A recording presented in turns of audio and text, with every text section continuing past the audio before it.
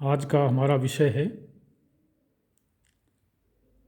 सीमांत लागत एवं सीमांत आय विधि के द्वारा किसी फर्म का संतुलन कैसे स्थापित होता है।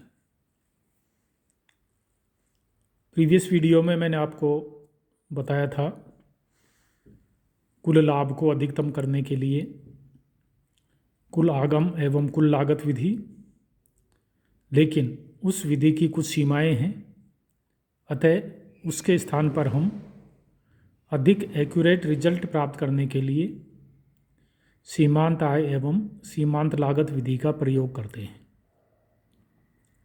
इस विधि के अंतर्गत फर्म का संतुलन उस बिंदु पर होता है जहां सीमांत आय एवं सीमांत लागत दोनों बराबर होती हैं, यानी marginal revenue is equal to marginal cost की शर्त पूरी होनी चाहिए। इसे हम इस रेखाचित्र के द्वारा स्पष्ट कर सकते हैं। ये रेखाचित्र पूर्ण प्रतियोगी बाजार का उदाहरण है। पूर्ण प्रतियोगी बाजार में, जैसा कि आपको पूर्व के वीडियोज़ में ये स्पष्ट किया जा चुका है कि उद्योग के द्वारा कीमत निर्धारित हो जाती हैं, और जो कीमत उद्योग के द्वारा निर्धारित हो जाती है फर्में उसमें किसी प्रकार का परिवर्तन नहीं कर सकती।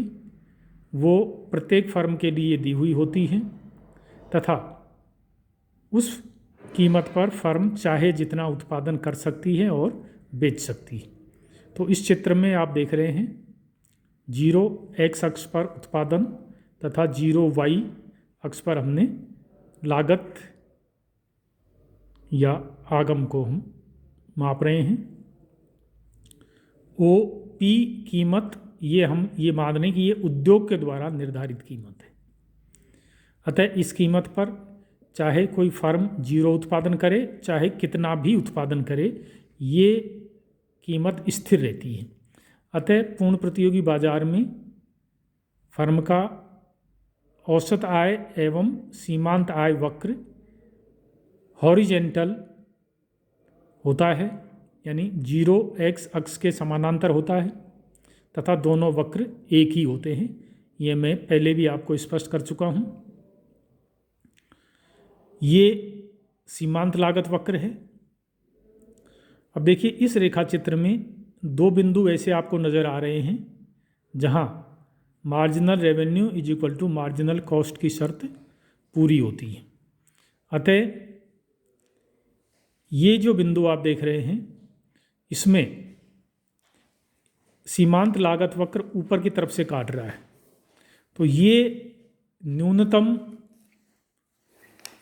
न्यूनतम लाभ का बिंदु है, जबकि यहाँ नीचे से काट रहा है तो ये अधिकतम लाभ का बिंदु होगा।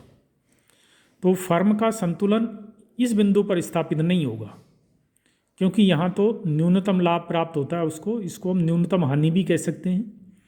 और ये जो क्षेत्र है ये पूरा लाभ का क्षेत्र है, और ये इस बिंदु पर लाभ उसका अधिकतम होता है। अतः फर्म का संतुलन इस बिंदु पर होगा, marginal revenue is equal to marginal cost. तो ये बी बिंदु जो आप देख रहे हैं ये फर्म का संतुलन स्थापित होगा। तो इस बिंदु पर marginal revenue is equal to marginal cost है तथा सीमांत लागत वक्र इस वक्र AR-MR वक्र को नीचे से काटता है। तो इस प्रकार हम MR is equal to MC विधि से फर्म का संतुलन ज्ञात कर सकते हैं। बाजार का स्वरूप चाहे जो भी हो, सब में यही विधि काम आएगी, चाहे पूर्ण प्रतियोगी बाजार हो, चाहे एक अधिकारी बाजार हो, चाहे कोई अपूर्ण प्रतियोगी बाजार हो।